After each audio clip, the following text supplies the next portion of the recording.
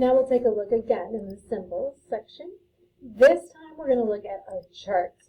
As you can see, we have several different options here within the charts. We're going to look at the single bubble map and then the double bubble map together. The bubble map, I'll bring it onto the screen. You have your center bubble and then you have spokes along with this bubble.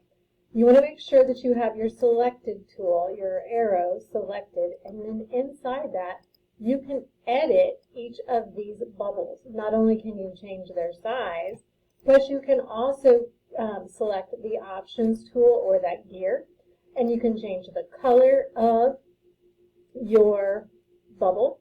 You can also edit inside your bubble.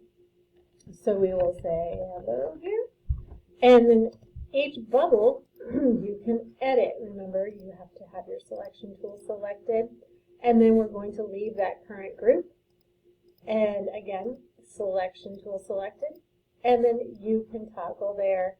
You can make it so that it overlaps or that it's smaller, and then you can grab the gear and you can pull it out so it can be further away.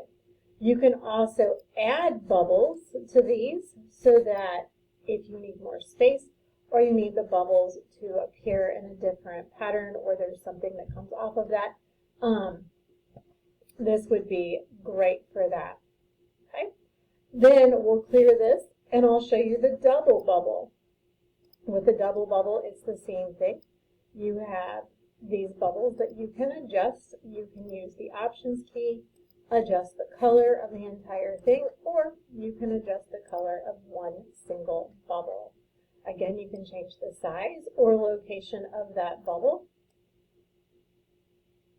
And then you can always add more as they are needed.